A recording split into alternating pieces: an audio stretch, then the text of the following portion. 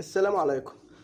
للأسف زي ما قلت وتوقعت وقلت لكم طبعا، الكلام ده من أسبوع إن في 3 حلول، ولو كده تشوفوا الفيديو بدل إيه ما أقعد أكرر لكم يعني الحاجات اللي أنا قلتها قبل كده. المهم يعني الأهل عمال اللي هو عارف إيه ينزل كل شوية بيان، فده بيوحيلي بالحاجة التانية، القصة التانية اللي قلتها إن اللجنة الأولمبية طبعا هي مش هتعمل حاجة وهتقر بالعقوبات اللي على الأهل وده يعني إيه. بدأ بإلحاح الأهلي وكل شوية بيان وكل شوية يا جدعان ردوا، يا جدعان اعملوا، وشكوى امبارح والنهارده يقولوا اللجنة الأولمبية رد على على الشكوى اللي احنا مقدمينها وحاجات كده. ودي كانت حاجة يعني أنا حاططها من الأسباب التلاتة، قلت لكم خلاص بقى مش هنقول السبب أول ولا التاني، هو ده ولا التالت، هو ده التاني يعني فاهم. يعني النهية فيها بقى حلتين يعني فاهم، فيها يعني قصتين. انا كنت بشجع النادي الاهلي، انا بشجع النادي الاهلي من امتى؟ من 2004 2003 يعني اواخر 2003 كده يعني فاهم. انا اول مره اشوف النادي الاهلي بكميه اللي هو ضرب البيانات، اللي هو يعني عارف انت كل شويه ضرب بيان، كل شويه ضرب بيان، كل شويه ضرب بيان.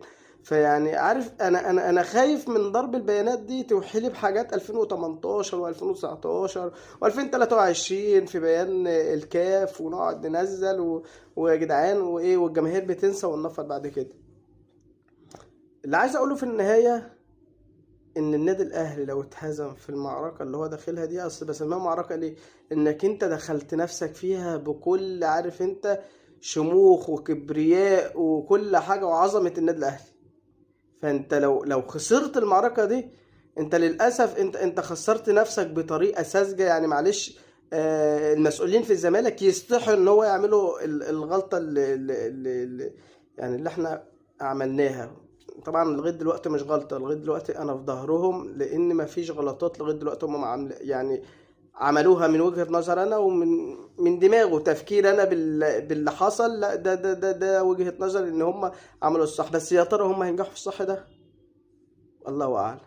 هو كله كده ضدك.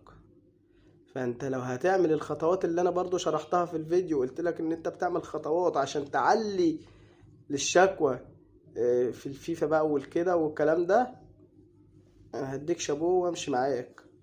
امشي معاك عشان انت دخلت بكبرياء وكل حاجة وقعت في القرارات. لا ده انتوا ليلتكوا هتبقى ليلة معايا يعني بص يعني في كلام قد كده هنقعد نهريه بقى ونفتكر بقى اللي فات واللي جاي، يعني عارف انت يعني اللي فات واللي جاي.